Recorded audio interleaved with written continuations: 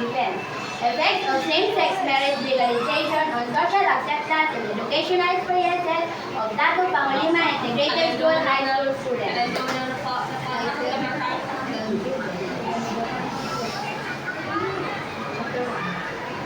Chapter 1, Background of the legalization of same-sex marriage or SSM represents a major shift towards equality and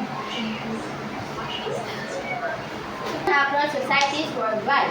Research shows that SSM legalization significantly improves mental health outcomes for sexual minorities by reducing stigma and increasing acceptance. However, it also introduces new challenges educational and environment. Includes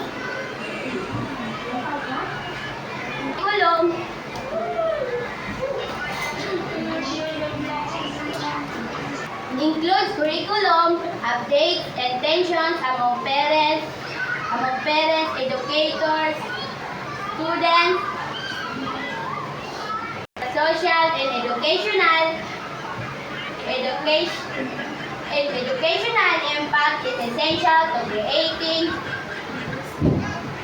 creating inclusive policies and supportive school climate.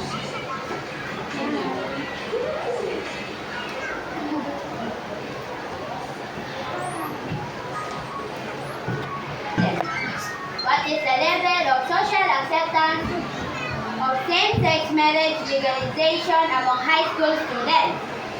How has same-sex marriage legalization affected the educational experiences of LGBT students? What challenges do schools face in incorporating same-sex marriage topics into curriculum? How do students, parents, and educators perceive the inclusion of same-sex marriage in education? Can schools implement to foster inclusivity and protect rights related to SSM education? Objective of the study: measure social acceptance of SSM among high school students. Evaluate the impact of SSM legalization on educational experiences of sexual minority students.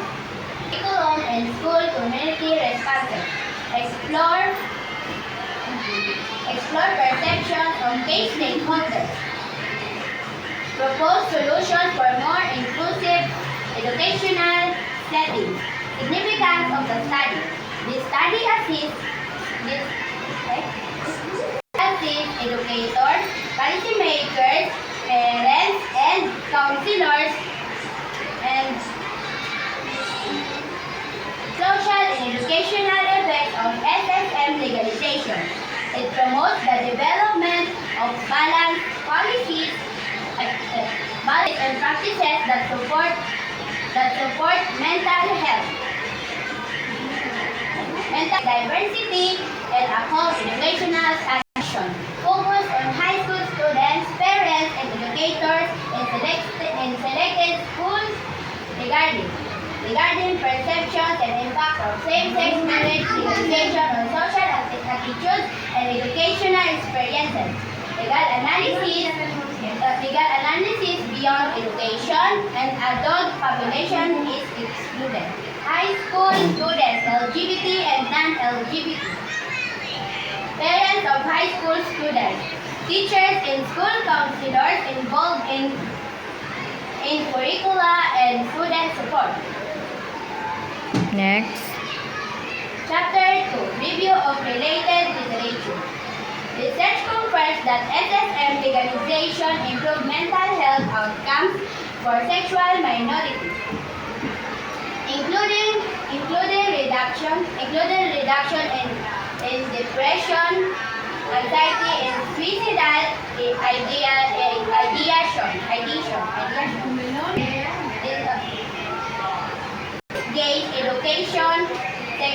face challenges such as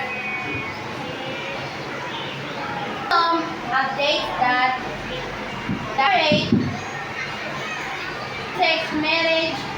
same-sex marriage sometimes controversy among parents and staff. Some argue such curriculum changes promote inclusivity and diversity. Awareness critical for students to begin.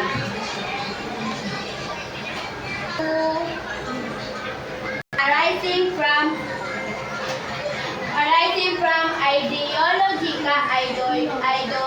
and debate over parental education.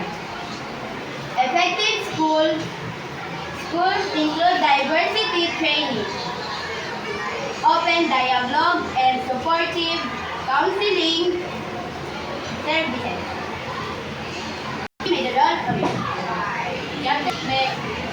Methodology research design. Descriptive correlation, relational, and qualitative study design participants. School students, parents, high school students, parents, and educators from selected schools. Instruments, surveys assessing social acceptance, educational experiences related to SSM. Discussions and interviews with students, parents, and educators. Section. Surveys administered with consent, focus groups, and interviews conducted with voluntary participants. Analysis. Descriptive statistics to quantify acceptance levels. Thematic qualitative analysis for perceptions and challenges.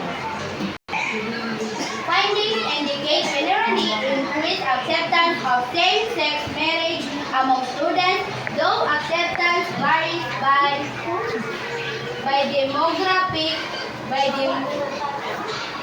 demographic factors. LGBT students report improved feelings of inclusion but identify ongoing social and emotional challenges, including peer harassment. Schools report difficulties balancing curriculum mandates with parental concerns. Teachers express need for training and clear policies to handle conflicts. Discussions highlight the importance of facilitating dialogue, parental involvement, and comprehensive diversity education as pathways to more positive and cool environment. Recommendation. Same-sex marriage legalization contributes positively to sexual minority mental health and inclusion, but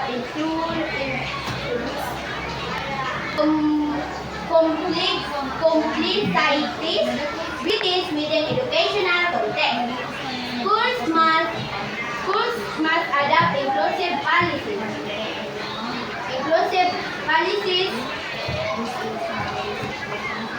and sensitivity, training and engage families constructively to mitigate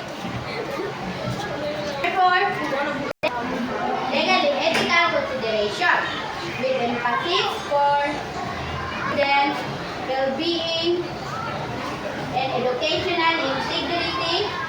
Counselors and educators should collaborate to create supportive climates that respect diversity